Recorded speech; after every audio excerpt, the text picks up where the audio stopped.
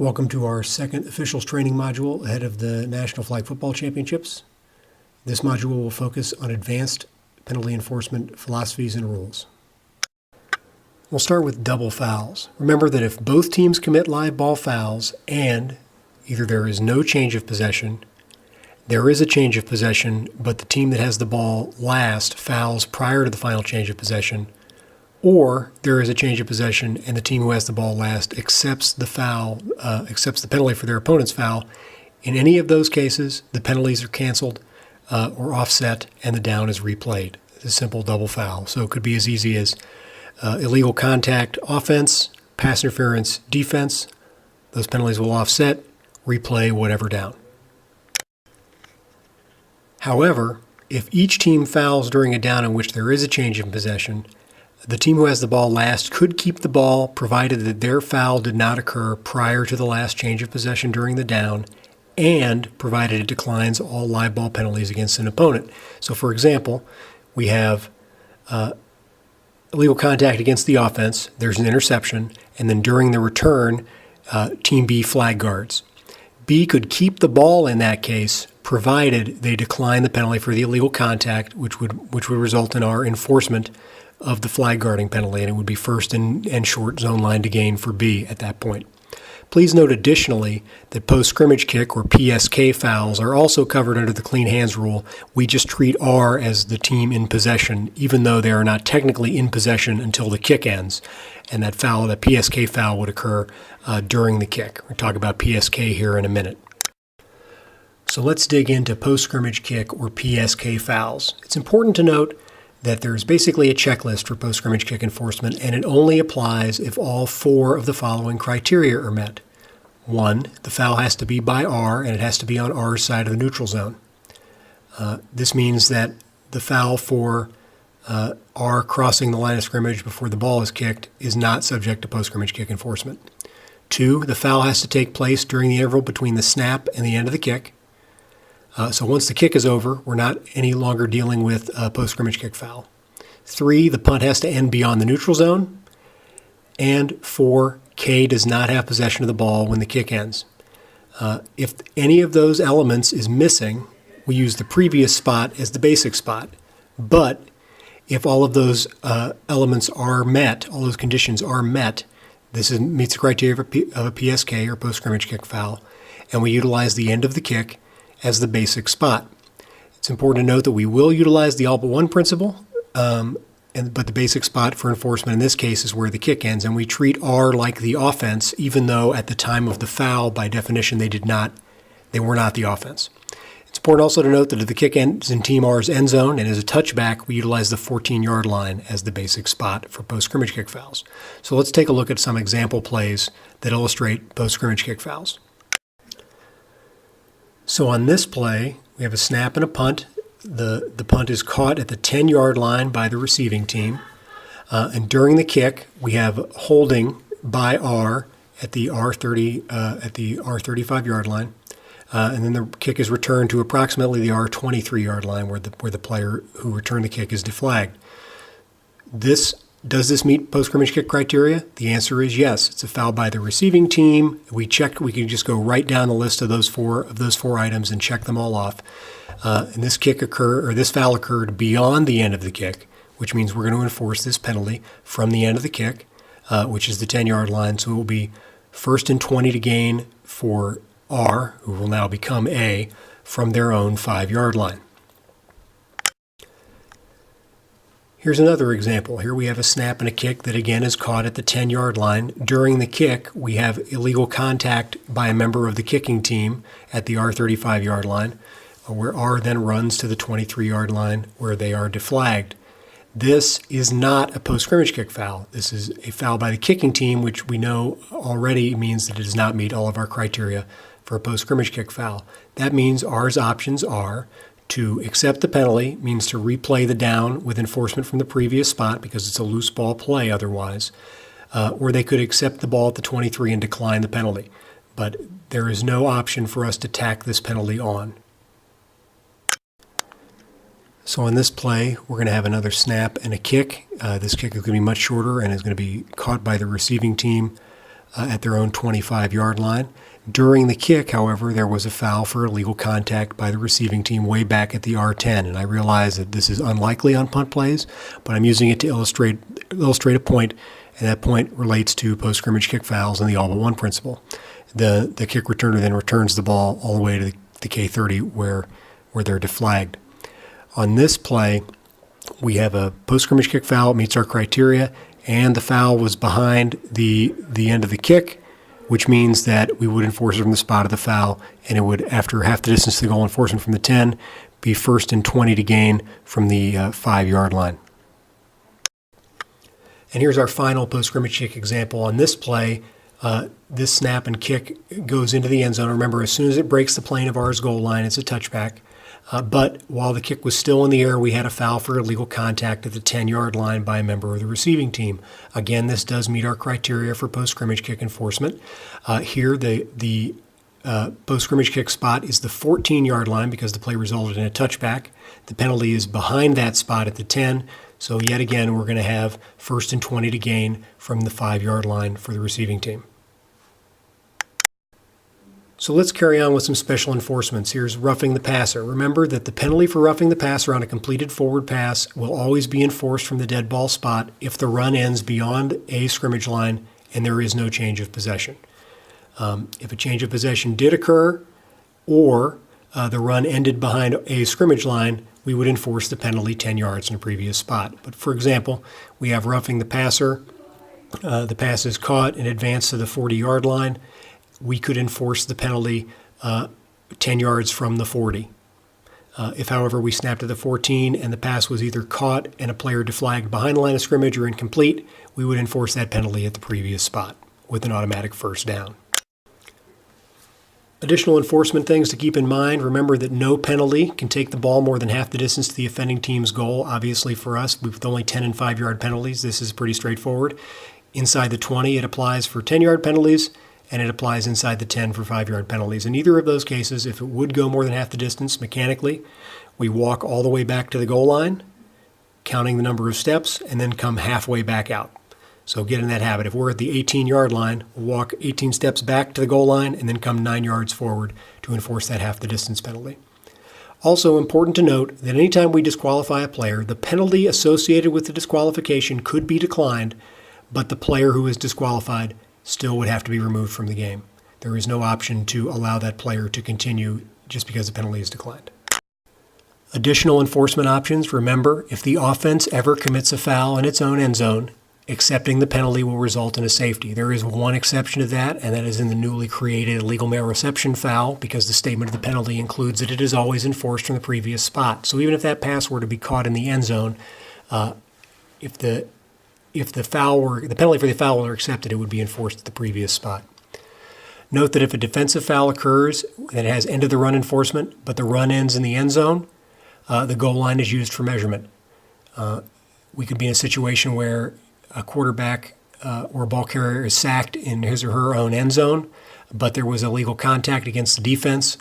We would utilize the goal line as our basic enforcement spot. We don't care where specifically in the end zone that player was deflagged. As far as forfeiture is concerned, if once the referee decides to forfeit a game, that decision is final and cannot be declined or overturned by subsequent action. Another special enforcement situation is kick-catch interference, or KCI. Please note that if the kicking team commits KCI, the receiving team has three options, one of which is the result of the play. They obtain that option by simply declining the penalty. A second option is a 10-yard penalty from the previous spot and a replay of the down. It's important to note in that case it would be K's ball again. Or they could accept a 10-yard penalty from the spot of the foul. So spot of the foul plus 10. In that case, it would be R's ball. So it's important to explain that to receiving teams, because they may prefer the result of the play. If they gain more than 10 yards on the return, they would probably not want the 10-yard penalty from the spot of the foul and maintaining the ball. Their options would probably more straightforward be to decline the penalty or to make the kicking team kick again. When it comes to establishing the zone line to gain following penalty enforcement, it's important to know our order of occurrence here. For both live ball fouls and dead ball fouls that occur prior to a ready for play, we're going to mark off the penalty yardage and then establish the zone line to gain. So for example, it's 2nd and 2 at the Team A 38-yard line, and the player for A runs for 15 yards and flag guards. If that flag guard brings them back behind the 40, then they would not have achieved a new line to gain, and it will not be a new series for A. We would be continuing that series following enforcement. If, however, the flag guard after enforcement brought them to beyond the 40, say to the B 38-yard line, then it would be first down. The zone line to gain would be B's 20-yard line.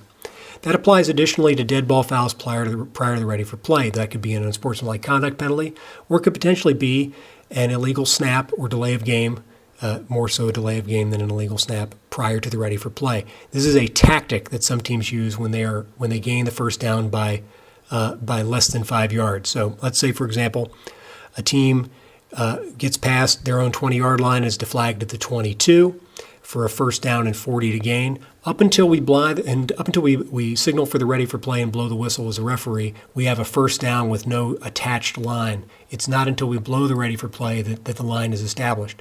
So if Team A were to snap the ball prior to the ready for play, 5-yard penalty would bring them back behind the near 20. It would still be first down. It would in fact be first and short. That's why we want to always make sure that we ask the offended team whether they want to accept or decline the penalty.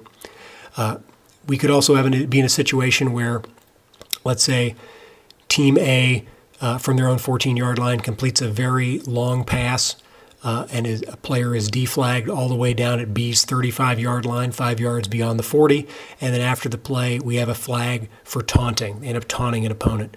That brings them back to their own 35 and makes the 40 the short line, and that therefore the line to gain. Again, we don't establish it until we blow the ready for play. So in the last item here, dead ball fouls after the ready, we'll establish the zone line and then mark off the penalty yardage. So for example, team gains enough yards for a first down, and they now have the ball 1st and 40 to gain at their own 23-yard line. Once we blow the ready for play, we've established the 40-yard line as the line to gain. If there's a foul like a false start, which would be a dead ball after the ready for play, that now takes them back to their own 18-yard line. It is now double stakes with the 40-yard line to gain. So again, timeline is important here. So please understand the difference between these three types of fouls.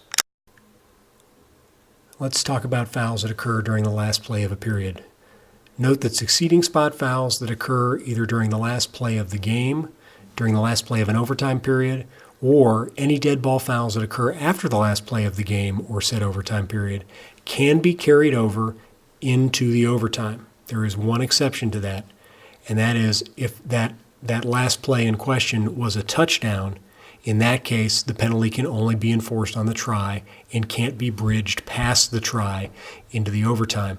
That is because we don't know if there will be a need for an overtime period or a further overtime period until after the try, so that penalty would have to be enforced on the try.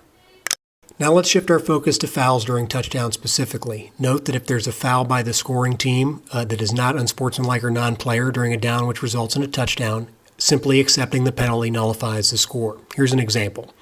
2nd and goal for A from B's 13-yard line. During a touchdown run, A3 flag guards at B's 2. Simply put, accepting that penalty means there's no score. We would enforce the penalty from the 2, and it would now become 2nd and goal at B's 12. Pretty simple, pretty straightforward. If there's a foul by an opponent of the scoring team that is not unsportsmanlike or non-player during a touchdown scoring play, and there was not a change of possession during the down, Team A can accept the results of the play and then choose to have the foul enforced either on the try or after the try to start their opponent's series at the 14-yard line. This is a very distinct enforcement because it's the difference between scoring and not scoring determines whether or not we carry a foul over. Let me give you an example, and then we'll talk about the example outlined here in a minute on the slide. So let's say it is 3rd and goal from the 20-yard line going in. We have a flag down for defensive pass interference, but the pass is caught. If that pass were caught for a touchdown, we could enforce that 10-yard penalty either on the try or from the 14-yard line to start B's series. If, however, that pass were caught anywhere short of the goal line, we would not tack on pass interference. The options would be to enforce that penalty from the previous spot or to decline the penalty and take the results of the play. A challenging decision to make on third down, potentially going into fourth down, but note that it is because there was a touchdown on this play that we can have some carryover enforcement. Here's another example. 2nd and goal from B's 13-yard line. During a touchdown run, B2 holds A3 at B's 2. In this case, it is a touchdown. A then has the option to enforce the penalty either on the try or to start B's series at the 14-yard line. To carry this philosophy a little bit forward, if we do have a change of possession during a down in which a touchdown is scored, but a foul is committed by the opponent of the scoring team after the change of possession, the scoring team can accept the results of the play and then choose to have the foul enforced on the try or after the try at the 14-yard line. However, if the team would have to decline the penalty in order to keep possession of the ball, they would also have to decline the penalty in order to keep the points on the board. So here are two examples that indicate the difference here. During B3's interception return for a touchdown, A4 legally contacts B2 at the 40. Ruling, touchdown. B can elect to enforce the penalty either on the try or to start A series at the 14-yard line. However, in the second play, prior to the interception for a touchdown, A4 commits offensive pass interference at the A's 30-yard line. In that case, since B has to decline A's foul to keep the ball, they would also have to do so to keep the touchdown, and therefore there would be no carryover enforcement. It is also important to note that if there is an unsportsmanlike or non-player foul committed by either team during a down in which a touchdown is scored, the opponents can accept the results of the play and then have that penalty enforced either on the try or from the 14-yard line. Here's an example. During a touchdown run, A2 starts high-stepping at B's 10-yard line and is flagged for unsportsmanlike conduct. That is still a touchdown, and then B has the choice to enforce the penalty on the try or to start B series at the 14-yard line. That is up to them. Please do note it is possible that we could have a foul against each team that fits this criteria. For example, let's say we had defensive pass interference on this play and then A2 high steps at the 10-yard line. We would then go order of occurrence with the teams to determine which penalty would be enforced first, because otherwise we just keep going back and forth. So in the play I just mentioned, we have pass interference against B, so we're going to ask A if they would like the penalty to be enforced on the try or from the 14-yard line. Let's say they select the 14-yard line. Then we talk to B about the unsportsmanlike conduct penalty. B could then elect to take it on the try. A cannot now change their mind and have the penalty enforced on the try.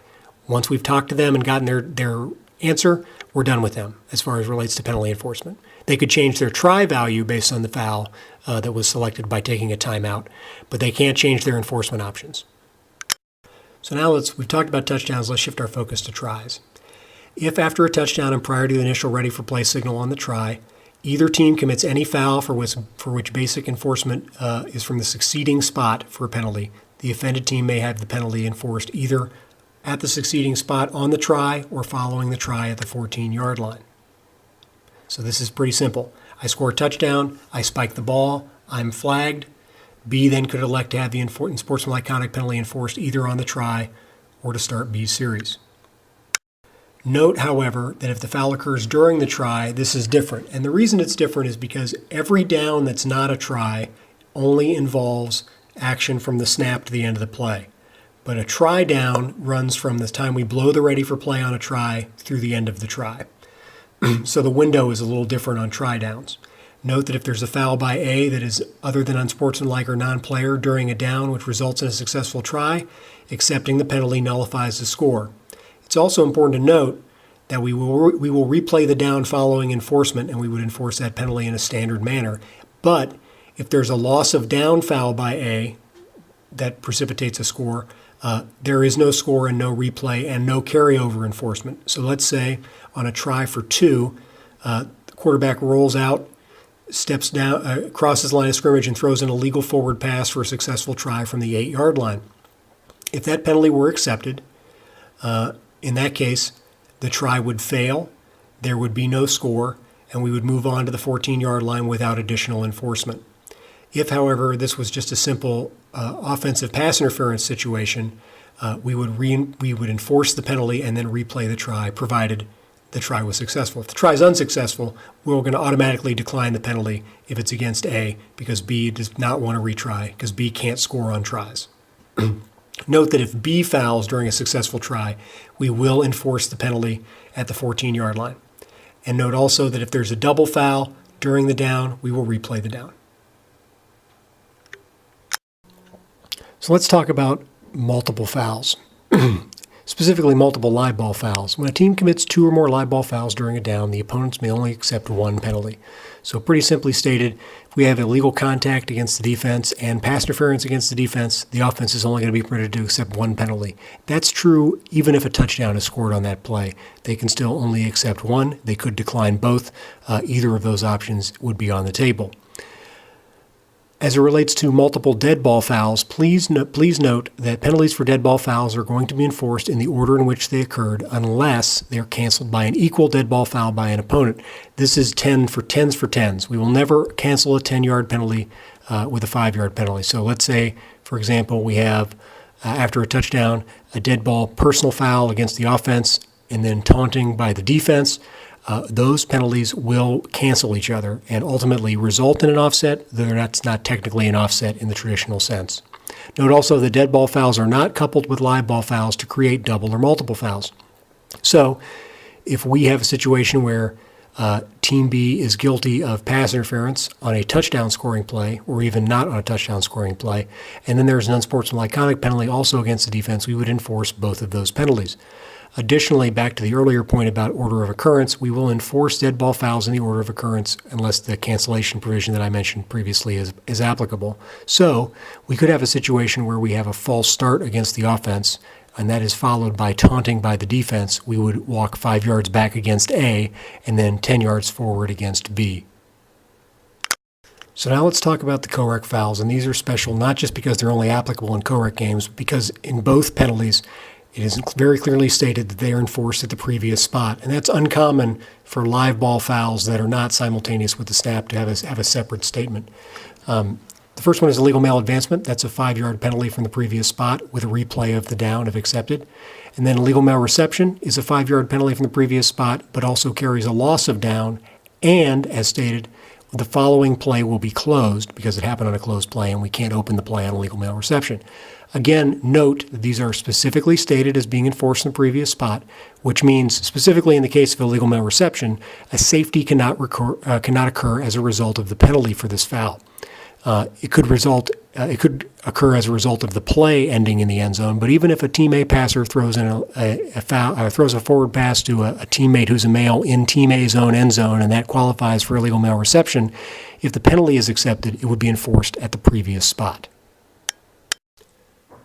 I hope you found this module on advanced penalty enforcement helpful. Looking forward to working with everybody at the upcoming tournament. Hope you all have a great tournament.